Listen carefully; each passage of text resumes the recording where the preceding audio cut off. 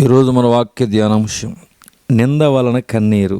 నా స్నేహితులు నన్ను ఎగతాళి చేయుచున్నారు, నేను కన్నీళ్లు ప్రవాహముగా విడుచుచున్నాను. ఏబు గ్రంథం 16వ అధ్యాయము 21. శరీర శ్రమల కంటే నింద ఎగతాళి వలన హృదయమందు కలుగు దుఃఖము బహు ఘోరమైనది. బ్యాంక్ మేనేజర్గా పనిచేయుచున్న వ్యక్తి మీద తప్పుడు నేరములు మోపిరి.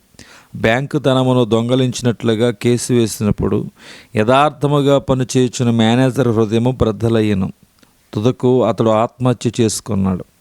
భక్తుడైన ఏబును దేవుడు అపవాది చేతికి అప్పగించిన గనక అతడు సమస్తమును కోల్పోయిన స్థితిలో విలపించుచుండగా వచ్చిన అతని స్నేహితులు ఆదరణ మాటలు చెప్పుటకు బదులుగా పరిహసించిరి. వారి నింద హేళనను భరించలేక ఏబు దేవుని తట్టు చూసి కన్నీరు కార్చెను.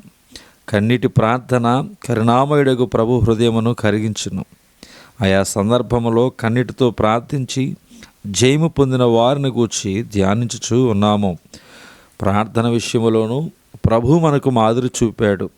శరీరధారి అయి ఉన్న దినములలో మహారోదనముతోనూ కన్నీళ్లతోనూ తను మరణము నుండి రక్షింపగలవానికి ప్రార్థనలను యాచనలను సమర్పించి భయభక్తులు కలిగి ఉన్నందున ఆయన అంగీకరింపబడను. హెబ్రీ 5:7.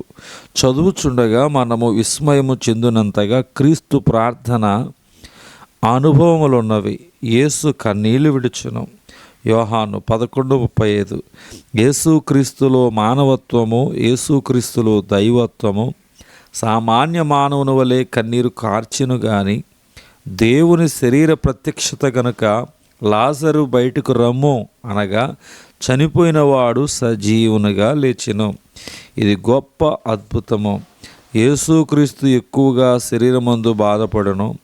కొట్టువారికి నా వీపును అప్పగించితిని, వెంట్రుకలు పెరికివేయు వారికి నా చెంపలను అప్పగించితిని, ఉమ్మివేయు వారికి అవమానపరచు వారికి నా ముఖము దాచుకొనలేదు.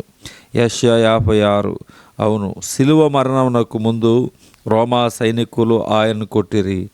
ఆయన తన ఎదుట ఉంచబడిన ఆనందము కొరకై అవమానమును నిర్లక్ష్యపెట్టి శిలువను సహించెను. హెబ్రీ 12:2.